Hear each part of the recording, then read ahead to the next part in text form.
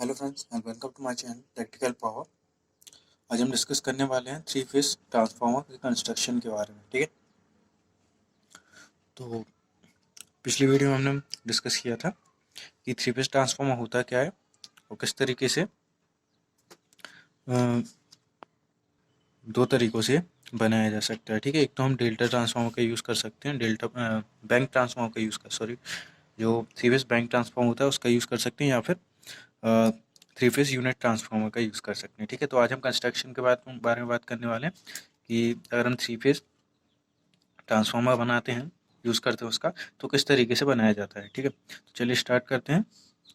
So the construction of the magnetic core of a three phase transformer may be understood by considering three single phase core type transformer position at 120 degree to each other. ठीक है, हम क्या करते हैं construction समझने के लिए, अगर हम थ्री फेज ट्रांसफार्मर जो यूनिट ट्रांसफार्मर उसका कंस्ट्रक्शन समझने के लिए हम क्या मान सकते हैं कि जो मैग्नेटिक कोर होती है, ठीक है, थ्री फेज ट्रांसफार्मर बनाने के लिए, ठीक है, तो जो मैग्नेटिक कोर होती है वो हम समझ सकते हैं तीन सिंगल फेज ट्रांसफार्मर की कोर लेकर। ठीक है, हमने क्या किया, तीन सिंगल फेज की ट्रांसफार्मर की तीन कोरें ली। ठीक है, कुछ इस तरीके से।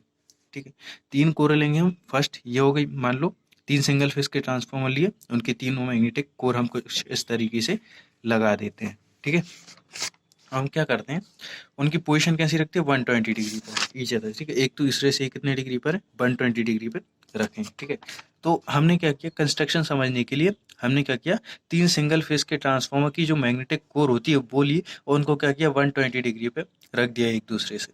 ठीक है, if balanced three phase sinusoidal voltage are applied to the windings, the fluxes phi A, phi B, phi C will be also sinusoidal and balanced। ठीक है, अगर हम क्या कहते हैं, बैलेंस साइनसोइडल सप्लाई देते हैं। ठीक है, balance three phase sinusoidal supply हम जब देते हैं, ठीक है, तो क्या होता है, वाइंडिंग में उनके क्या होते हैं, फ्लक्स बनेंगे। ठीक है, हमने तीन कोर ली, उनकी तीनों की वाइंडिंग भी होंगी। ठीक है, तो वो भी कितनी होंगी, वो भी 120 डिग्री पर होंगी। अब क्या होगा, सॉरी, कोर जो थी हमने 120 डिग्री पर रखी थी। ठीक है, अब उनकी जो वाइंडिंग्स है, ठीक है, उनके हमने क्या माना कि पहला कोर जो है उसकी वो है फाई ए, मतलब वो है ए बी और सी, तीन कोर है हमने वाइंड। ठीक है, उनकी वाइंडिंग भी क्या होंगे, ए बी सी। तो उनका जो फ्लक्स होगा, वोल्टेज पे जो फ्लक्स प्रोड्यूस होगा वो क्या होगा, फाई ए, फाई बी और फाई सी। ठीक है, वो भी कैसा होगा, साइनसोइडल होगा और बैलेंस होगा। ठीक है, if the three legs carrying three fluxes are merged. ठीक है, अब क्या है, थ्री लेग्स कैरिंग क्या कर रहे हैं, तीन हमारे फ्लक्स कैरी कर रहे हैं, एक फाई ए को कैरी कर रहे हैं, एक फाई बी को, एक फाई सी को। तो ये तीनों जो फ्लक्स हैं वो जाके किसी चौथे लेग पे अगर जाके मिलते हैं, ठीक है, तो वहाँ पे जो टोटल फ्लक्स होगा मर्ज्ड होने पर वो क्या हो जाएगा, जीरो हो जाएगा। ठीक है, तो वो लेग हमारे लिए क्या होगी, कोई काम की नहीं, क्योंकि वहाँ पे फ्लक्स क्या है, जीरो। ठीक है, तो उसको हम क्या कर सकते हैं, रिमूव कर सकते हैं। So this leg can therefore be removed because it carries no flux. Okay, each leg carries both low voltage and high voltage winding. ठीक है, मैंने आपको पहले भी जो सिंगल फेज ट्रांसफार्मर कंस्ट्रक्शन बता रहा था तब भी मैंने बताया था कि हम क्या करते हैं, लो वोल्टेज और हाई वाइंड जो हमारी कोर होती है उस पर हम लो वोल्टेज और हाई वोल्टेज दोनों टाइप की बाइंडिंग करते हैं, जिससे लीकेज फ्लक्स कम हो। ठीक है, हम कोर के पास में लो वोल्टेज वाइंडिंग रखते हैं और फिर हाई वोल्टेज वाइंडिंग। ठीक है, तो उससे हमारा लैमिनेशन भी कम लगता है हाई वोल्टेज वाइंडिंग में, और हमारा जो है वो लीकेज फ्लक्स भी कम होता है। ठीक है, तो जो चौथा लेग था वहाँ पे क्या हो रहा था, सारे फ्लक्स जाके मर्ज हो रहे थे। ठीक है, जैसे ये हमारी तीन कोर हैं, ठीक है, इन तीनों कोरों पे लो वोल्टेज और हाई वोल्टेज वाइंडिंग है। ठीक है, अब क्या होगा, जैसे हमने सप्लाई दी तो यहाँ पे क्या होगा, फ्लक्स प्रोड्यूस होगा, फ्लक्स प्रोड्यूस हुआ तो ये फ्लक्स क्या हो रहा है, इन कोरों में क्या हो रहा है, घूम रहा है। ठीक है, लिंक कर रहा है। तो अब लिंक करा और ये तीनों फ्लक्स जाके जब यहाँ पे, यहाँ से ये फ्लक्स इस तरीके से आएगा, यहाँ का फ्लक्स भी इस तरीके से और यहाँ का फ्लक्स इस तरीके से। तो जब यहाँ पे तीनों फ्लक्स आके मर्ज होंगे तो ये क्या होगा, यहाँ पे क्या होगा, फ्लक्स जीरो हो जाएगा। ठीक है, तो ये स्लैग को अपन क्या कर सकते हैं, रिमूव कर सकते हैं, क्योंकि यहाँ पे फ्लक्स क्या है, जीरो है। तो स्लैग को हम रिमूव कर सकते हैं। जैसे ही स्लैग को रिमूव करेंगे तो हमारी कोर कुछ इस तरीके से आ जाएंगी, एक दो तीन, ये बीच की लेग हमने हटा दी। ठीक है, हटा दी, तो अब हम क्या कर सकते हैं, एक दो तीन, ये वाली लेग जो है वो बीच में आ जाएगी। ठीक है, तो इसको हम किस तरीके से बना सकते हैं, अब जब बीच की लेग हट गई तो कुछ ये इस तरीके से हम इसको कंस्ट्रक्ट कर सकते हैं, क्योंकि बीच की लेग हट गई ना, ये फोर्थ लेग, तो हम एक बाइंडिंग इस पे, एक बाइंडिंग इस पे, एक बाइंडिंग इस पे। ठीक है, तो एक दो तीन। तो इसको हम कुछ इस तरीके से सर्किट फॉर्म में बना सकते हैं। एक वाइंडिंग ये, दूसरी वाइंडिंग ये, तीसरी वाइंडिंग ये। तो ये तीनों कोर मिलके कुछ इस तरीके से हमारा ट्रांसफार्मर का कंस्ट्रक्शन हो जाता है। ठीक है। सो the low voltage winding are placed near to the core with suitable insulation between the core and the low voltage winding.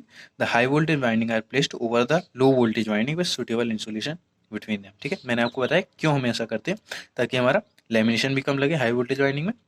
और क्योंकि अगर हम क्या करें, लो वोल्टेज वाइंडिंग को अगर हम हाई वोल्टेज वाइंडिंग को कोर के पास कर दें तो हमें बहुत ज़्यादा लेमिनेशन चाहिए होगा, और लेमिनेशन ज़्यादा करने पर क्या होगा, हमारी कॉस्ट बढ़ जाएगी। ठीक है। और अगर लेमिनेशन कम रह जाता है तो वहाँ पे फॉल्ट आ सकता है, शॉर्ट सर्किट हो सकता है। ठीक है। तो इस पर ऐसे में क्या करना पड़ता है, low voltage winding high voltage winding के बाद रखते हैं। तो लो वोल्टेज वाइंडिंग को कोर के पास रखेंगे और फिर हाई वोल्टेज वाइंडिंग को सुटेबल इंसुलेशन के साथ प्लेस कर देते हैं। ठीक है। अब हमारा जो थ्री फेज ट्रांसफार्मर है दो टाइप से बनाया जा सकता है। ठीक है। पहला तो हम क्या कर सकते हैं, कोर टाइप ट्रांसफार्मर का यूज़ कर सकते हैं, बना सकते हैं, या फिर हम क्या करते हैं, सेल टाइप ट्रांसफार्मर बना सकते हैं। ठीक है। तो जो कोर टाइप ट्रांसफार्मर होता है वो किस तरीके से बनाया जाता है वो मैं बताता हूँ। ठीक है। So three single phase cores are in contact with another. ठीक है।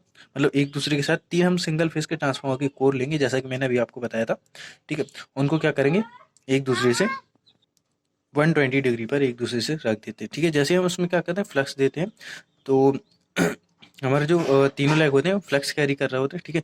और क्या होता है, चौथा लेग जो होता है उस पर क्या होता है, कोई भी फ्लक्स नहीं होता है, क्योंकि वहाँ पे रिजल्टेंट जो फ्लक्स होता है वहाँ पे जीरो हो जाता है। ठीक है। तो there is no flux carries, so उसको हम क्या करते हैं, रिमूव कर देते हैं। ठीक है। Usual construction with the three limbs in the same place. ठीक है। यूजुअल जो कंस्ट्रक्शन हमारा बचता है वो तीन लिम का बचता है। ठीक है।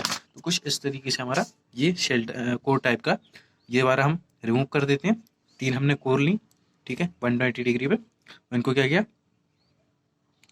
और जैसे इसमें फ्लक्स सप्लाई दी हमने, फ्लक्स प्रोड्यूस होगा इस वाले पे, जीरो होगा फ्लक्स रिजल्टेंट, क्योंकि सारे फ्लक्स मिल रहे होंगे। तो यहाँ पे हम इसको रिमूव कर देंगे तो कुछ इस तरीके से कंस्ट्रक्शन बचता है। और यहाँ पे हमारा इस तरीके से हम इसको सर्किट से, मतलब इस तरीके से इसको दिखा सकते हैं। ठीक है। So since the magnetic path of legs A and C are greater than that of leg B. ठीक है। अब हमारे यहाँ पे दिख रहा है हमें, ये जो हमारा ए और सी है इसका जो पाथ है, फ्लक्स पाथ है, ठीक है, मैग्नेटिक पाथ है जो लेग ए और सी का, ग्रेटर देन है किससे, बी से, इस वाले से। क्योंकि इसका देखो, इसका पूरा ये रहेगा, इसका पूरा ये रहेगा।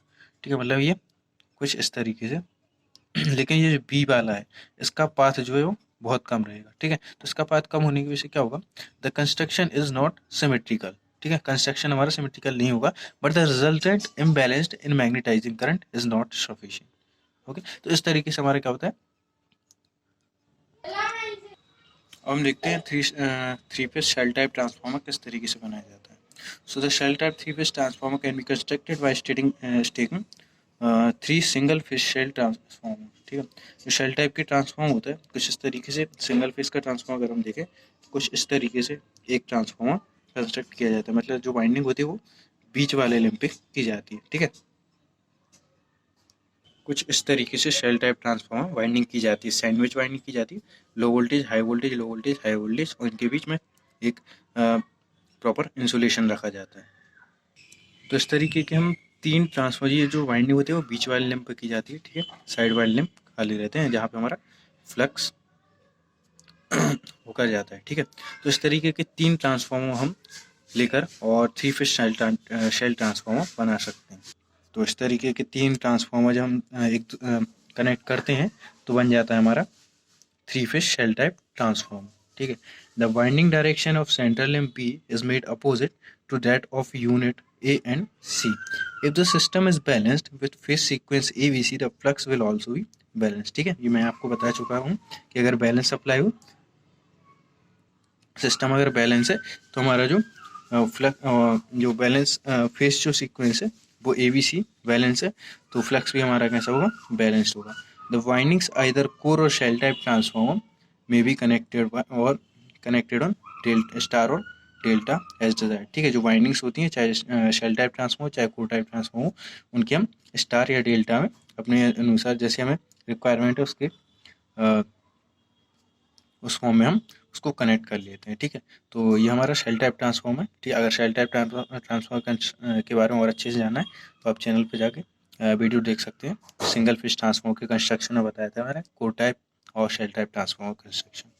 Okay, so thank you, that is all for today.